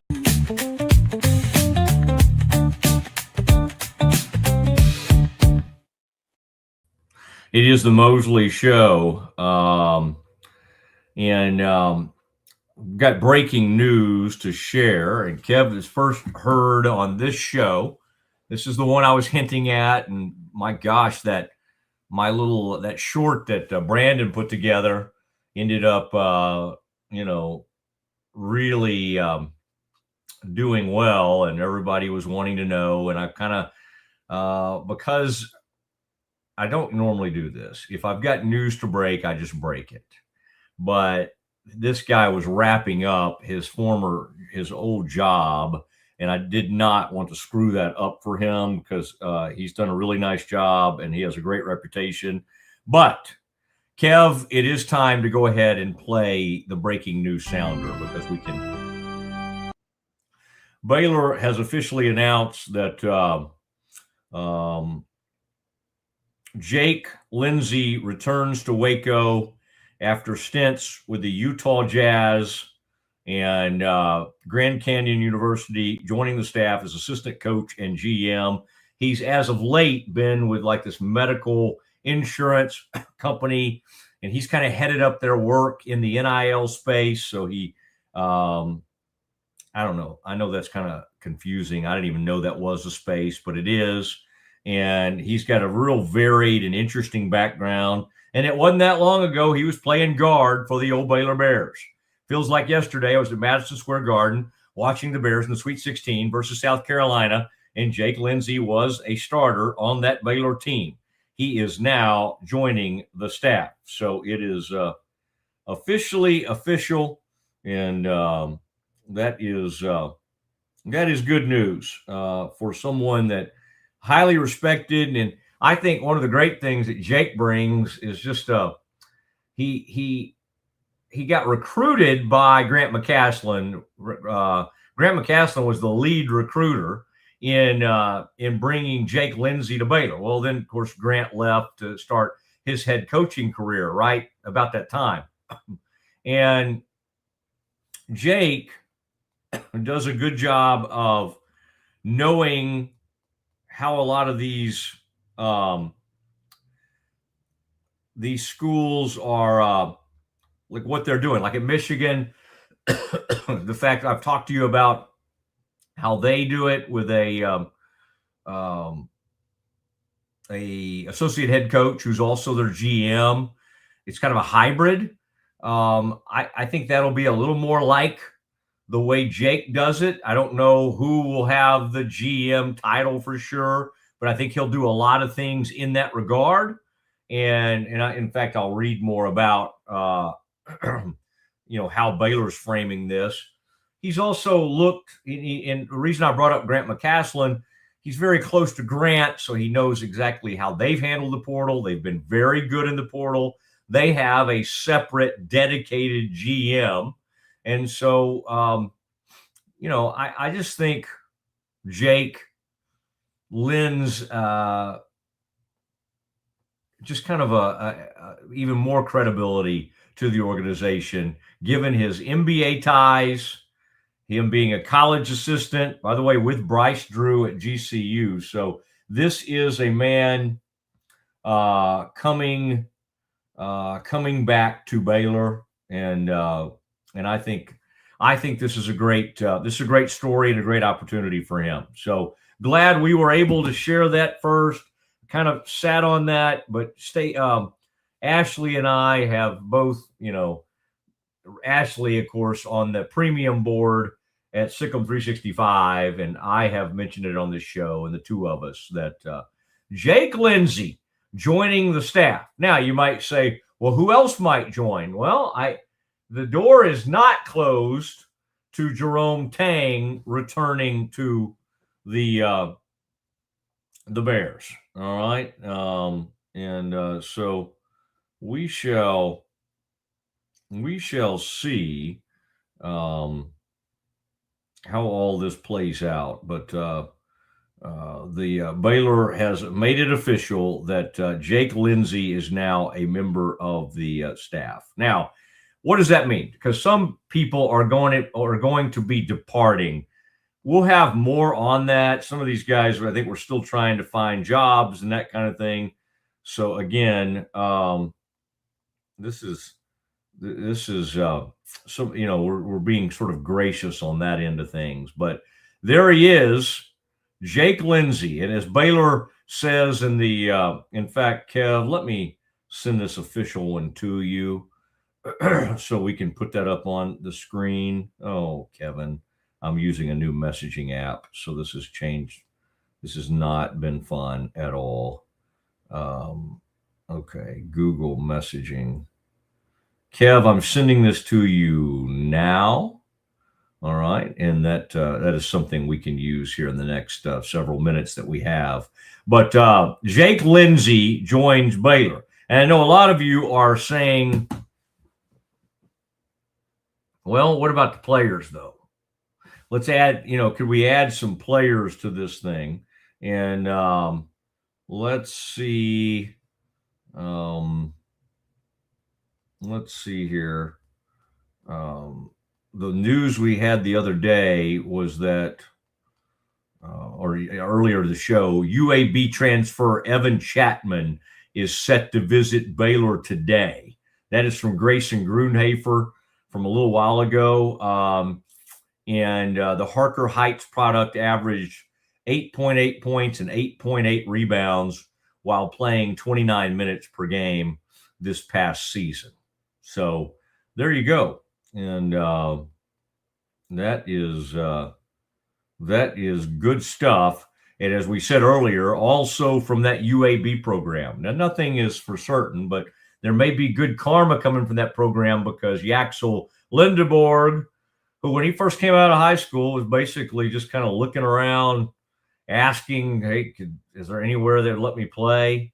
Ends up playing JUCO ball, ends up at UAB, and then ends up helping lead the Wolverines to a national title recently. Okay, so it's not bad to get somebody from that program. Kev, we need to find out, by the way, Evan Chapman, let's see, he's also heard from Georgia Tech, Tulsa, Santa Barbara, Tulane, St. Mary's, Seton Hall. Oh, there it is, Kev. Jake Lindsey still doesn't look much different than when he was playing at Baylor. I would imagine his final year at Baylor was around 2016. And so that was about 10 years ago, 10 or 11 years ago. And he's been out working in the NBA, coaching at Grand Canyon. And there is that fresh-faced Jake Lindsey. His third child is on the way. He's been living up in the Metroplex in good old Aledo, Texas, right outside of Fort Worth, and had a great thing going there. But, man, when home calls, and he had a great job, too, had a great gig. But, I think Scott made him the right offer. And so he has returned, and so good for him. Good for him, for Jake Lindsey to return to the Bears. Now, Bears do need to get going in this portal. Is it time to panic? No, it is not. Do you need to add some players? Absolutely, you do. This team is taking on the makings of a team. The roster I see, and let's act like Tunde does not come back. Right now, this does not look like an NCAA tournament team, but I like Brett Decker. We had him on the other day. I think the Mingo kid is a great addition. I'm kind of excited, about the prospects of this. So there he is. That's Caden Mingo. And then his younger brother, Dylan Mingo, is someone the Bears are pursuing as well. Dylan decommitted from UNC, and the Bears had recruited him. And so we'll see where he ends up. And, I'm sure he would like to be with his brother. There is the thought that he will probably, due to injury, redshirt his freshman season and then be ready to go the following season. That would be, I'm talking about Dylan Mingo. Caden is coming in to start as the Bears point guard. All right. And again, that doesn't mean people say, what about Isaac? Well, Isaac and Caden and Brett Decker, who came in from Liberty, there's Brett. They can all play together. I mean, you might recall that when they won the national championship, they had a 3-guard offense, right? They had Davion and Jared and Maceo Teague. So there's no hard and fast rule. Oh, you can only have 2 guards out there at once. Not at all. Not at all. And I mean, to be able to have 3 quality guards would be a lot of fun. They may not start one of them. They may bring Decker off the bench or something like that, which would be totally fine. I mean, even Isaac was showing that he was a great, gave them some punch off the bench. It just got to the point where they needed to turn over the team to him as the point guard. So lots of late breaking news on the Baylor front. Kev, let's also retrench here for a minute, and let's share the fact that Cowboys did make Brandon Aubrey the highest paid kicker in the history of the game. $7 million per season. It includes $20 million guaranteed. Todd Archer has this up on ESPN.com. I saw it first from Adam Schefter of ESPN. A source said Aubrey's signing bonus is $8.25 million. We call that train riding money. That's a check that he can go put in the account. He can go pull up over it like Central National Bank, and you just kind of produce a check for $8.25 million, and then they'll put it in there. Now, some of these banks with a large check like that will put a bit of a hold on it because, like, whoa, we're not used to seeing somebody do this. But CNB has the kind of bankers that if they know, it doesn't matter how large the check is, they'll find a way. They'll find a way to get you your money, and they'll get that in the bank, and they'll start letting you do what you need to do. $8.25 million can be a nice little shot in the arm to any bank. All right, even some of the bigger banks. Earlier this offseason, the Texans made Kai Fairbairn their highest paid kicker on an average annual salary at $6.5 million. Harrison Butker, the man who likes to get out there and do some good speeches. I don't know if they're good or not. They're just, he's a man who likes a good political speech. He may show up at one of these Turning Point speeches. And Baylor has a couple of different speeches going on. I saw that, so whatever. But Kevin, let me just tell you, that is one area we're not going to wade into. Harrison Butker had the largest guarantee at $17.75 million. Aubrey has moved past that. What does this mean? It means that the Cowboys are taking care of one of their great weapons. Should a kicker make $10 million a year? I don't know. I mean, I wouldn't. It's not my money. I wouldn't have been like, oh, no, don't pay the kicker $10 million. But the Cowboys were just nickel and diming this thing to death. I mean, the tender they were trying to have on him was somewhere around that Fairbairn number, maybe a little bit lower than that. And they finally just got a deal done. This should have been the simplest contract thing ever. Okay. Y'all want $10 million a year.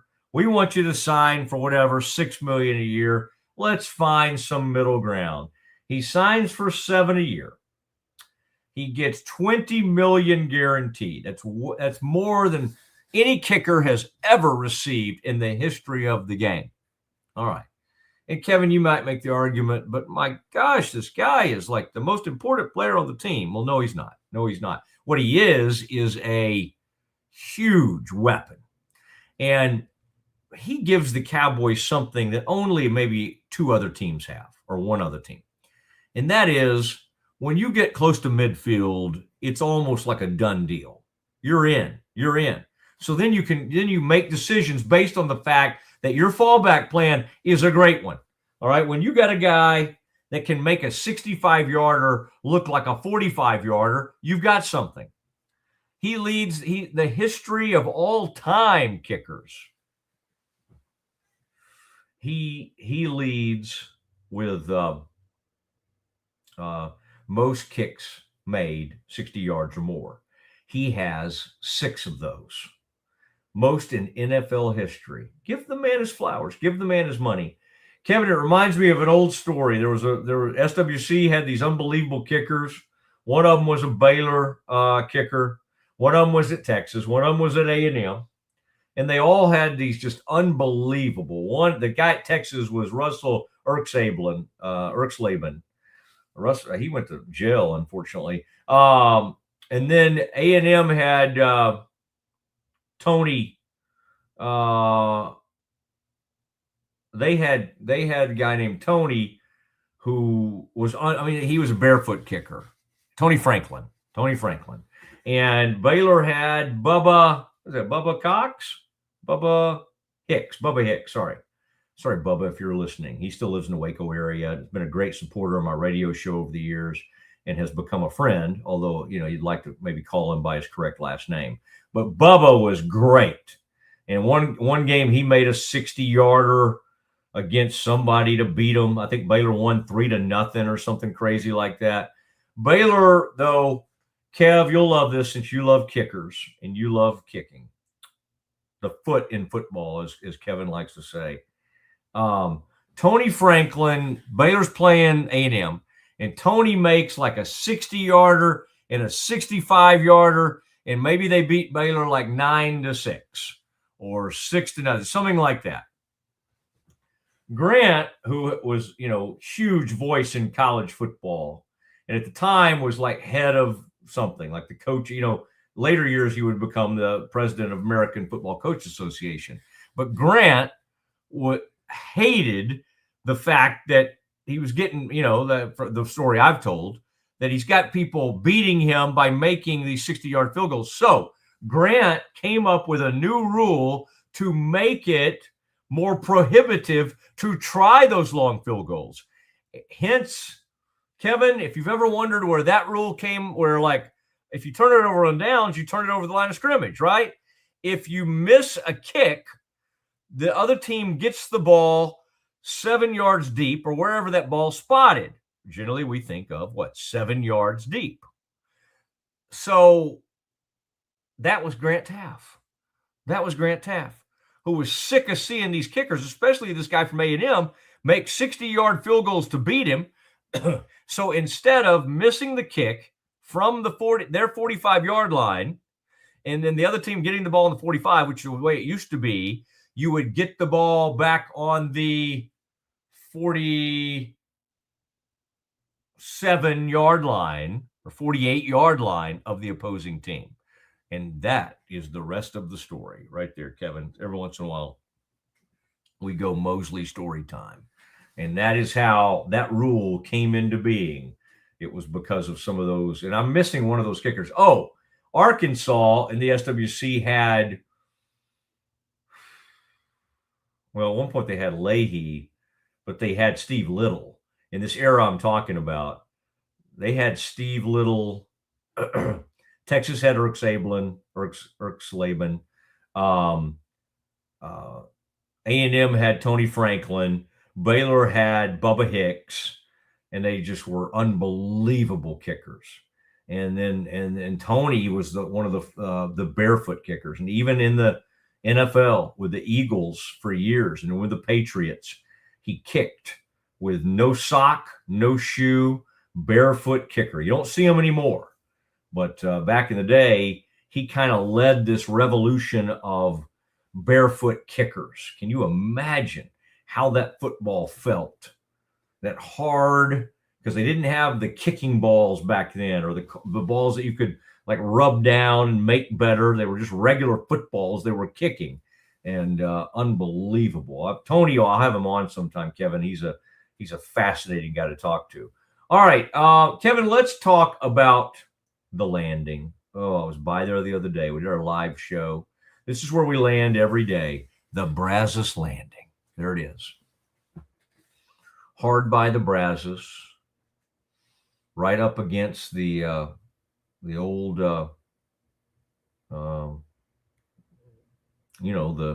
right across from the Foster Center.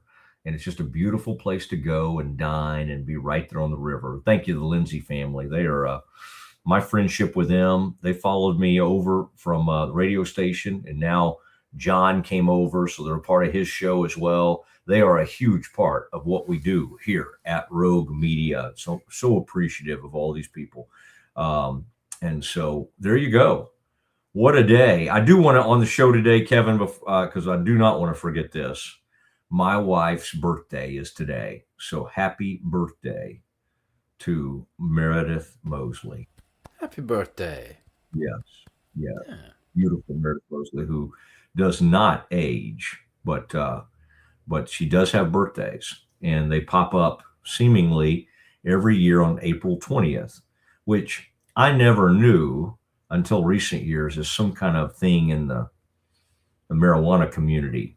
I fortunately have never tried it, nor do I plan to. And so I don't really know much about it, but I think 420 has something to do with that. Just kind of like May 4th, my sister's birthday has to do with Star Wars. So they're just little dates along the way that have sort of interesting tie-ins, but happy birthday, Meredith. In lieu of gifts, I'm going to give her a shout out on the show. No, come on. There were gifts aplenty. It is the Mosley Show. And then I also wanted to add today, we had that news about Jake Lindsay. And I just want to see, Kevin, I always like to see if there's any other late breaking news over the weekend. I guess that was last night. Oh, this is kind of interesting. The 49ers did get a deal done with Trent Williams, longtime offensive tackle, left tackle, great player. And that is they've agreed to a 2-year, $50 million contract extension that ties him to the team through the 2027 season. All right. So good for him. He's a great player. He's been around for a long time. This is interesting, though. This is breaking just a little while ago. The New York Giants, and of course we have that Dexter Lawrence. You can show him real quick, Kevin. He's with the Bengals now, and the Giants ended up with a number 10 pick from the Bengals, and they sent Dexter Lawrence over to the Cincinnati Bengals. Now you'll get people out there.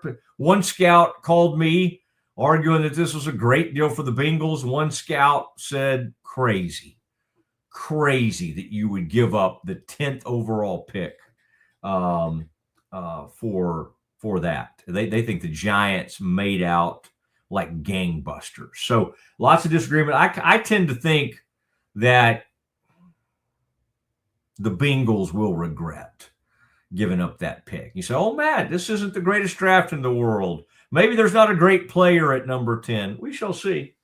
Seems like I just keep seeing lots of Hall of Famers still getting picked throughout that draft. And as the first round, let's not act like the only Hall of Famers we see are in that top 5. Cowboys have had some tremendous luck in that 10 through 20 range in recent years. All right. They've had some bad luck when it comes to getting into the 20s and making some poor decisions. And let's not act like every time they trade up that great things happen. They traded from 14 to 6 several years ago and got Mo Claiborne, absolute bust at cornerback. All right, the kid out of LSU. It was not a good pick. Claiborne ended up playing, oh, man, where did he go? Anyway, I just remember a Super Bowl after that, and it was really interesting. A conversation I had with the Steelers were in that Super Bowl, and I got into a conversation with their DB's coach, who happened to be an old Cowboys player. Who would that have been? Not Dennis Thurman. It was, oh my gosh. Anyway, he had very interesting things to say about Mo Claiborne, as I recall. Here is the latest news, though. The Giants had free agent wide receiver Odell Beckham Jr. in for a workout and physical with the team Monday, today. It seems likely that the Giants will wait to see how the draft pans out later this week. But wouldn't that be something? Beckham, 33, has expressed a desire to play this season and wants a return to the team that drafted him in 2014 out of LSU. He even met with Giants ownership and new coach John Harbaugh at the NFL's annual meetings. Huh. Isn't that interesting? Beckham played for Harbaugh in Baltimore during the 2023 season. He had 35 catches for 565 yards and 3 touchdowns that season. Very, very interesting. Does he still have a little tread on the tire? Not much, but probably enough to get you through. It would be a veteran presence on the team. New York re-signed veteran receiver Isaiah Hodgins and added Darnell Mooney and Calvin Austin III in free agency over the last month.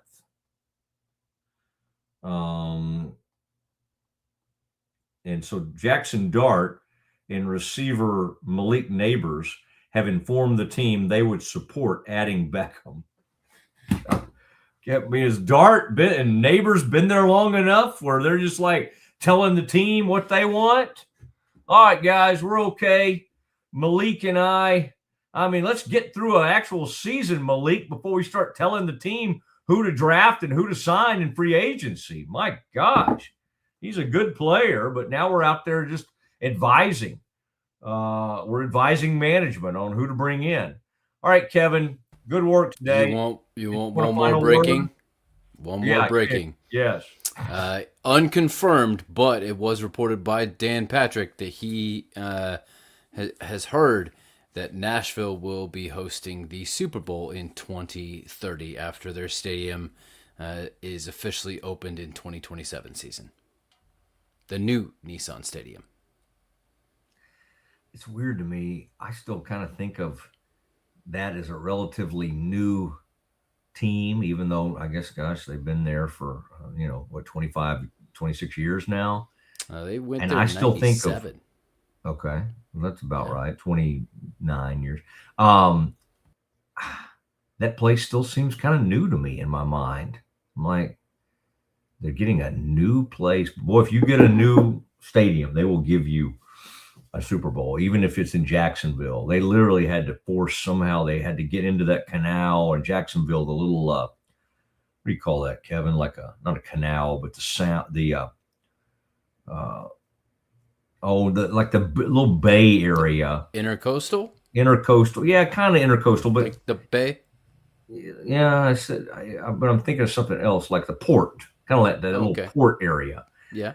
It wasn't big enough to fit these. They somehow had to get cruise ships into that area to even have enough hotel rooms during the Super Bowl. But if you build a new place, they will give you a Super Bowl. Jacksonville was a weird place to have one. Dallas turned out to be a disaster because of the weather. It's not that we don't have beautiful things and fun places to go. It's a great city that we live in. A lot of us live in. But our weather decided not to cooperate. And the people that run the NFL, namely the commissioner and the owners, have refused to ever come back because we didn't know how to salt our roads. We didn't know how to salt the sidewalks. And we just screwed it up. But it wasn't totally our fault. It was it was Mother Nature that got us. Kevin, I mean, that's what you do. You just line up and you just roll through a show. We're glad we were able to do that. John Machota will join us tomorrow to talk about his 7-round Cowboys mock draft. See if we have any more late breaking information. No, the answer is no. Kevin, good work today. Appreciate you, man. Take a break. Go feed the chickens. I don't know why. In my mind, I feel like you would be someone that would have some chickens. I know you breed dogs, but they used to have chickens out in Oregon. Okay, you just kind of you have a chicken owner vibe. Yeah, I like people that own chickens. I think I don't understand why they would do that, but I kind of like it, and I have some friends that do that. I don't really understand it. I wouldn't even know what to do if I found an egg. All right, Kev, have a great one. We'll see you guys tomorrow at 1:00 straight up. As part of Central National Bank's partnership with Baylor Women's Basketball, we asked Coach Collin to take a shot at improving the efficiency of our drive-thru.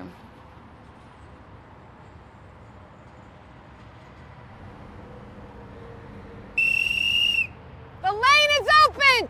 Drive the lane! Attack the lane! Go! Go! Go! Go!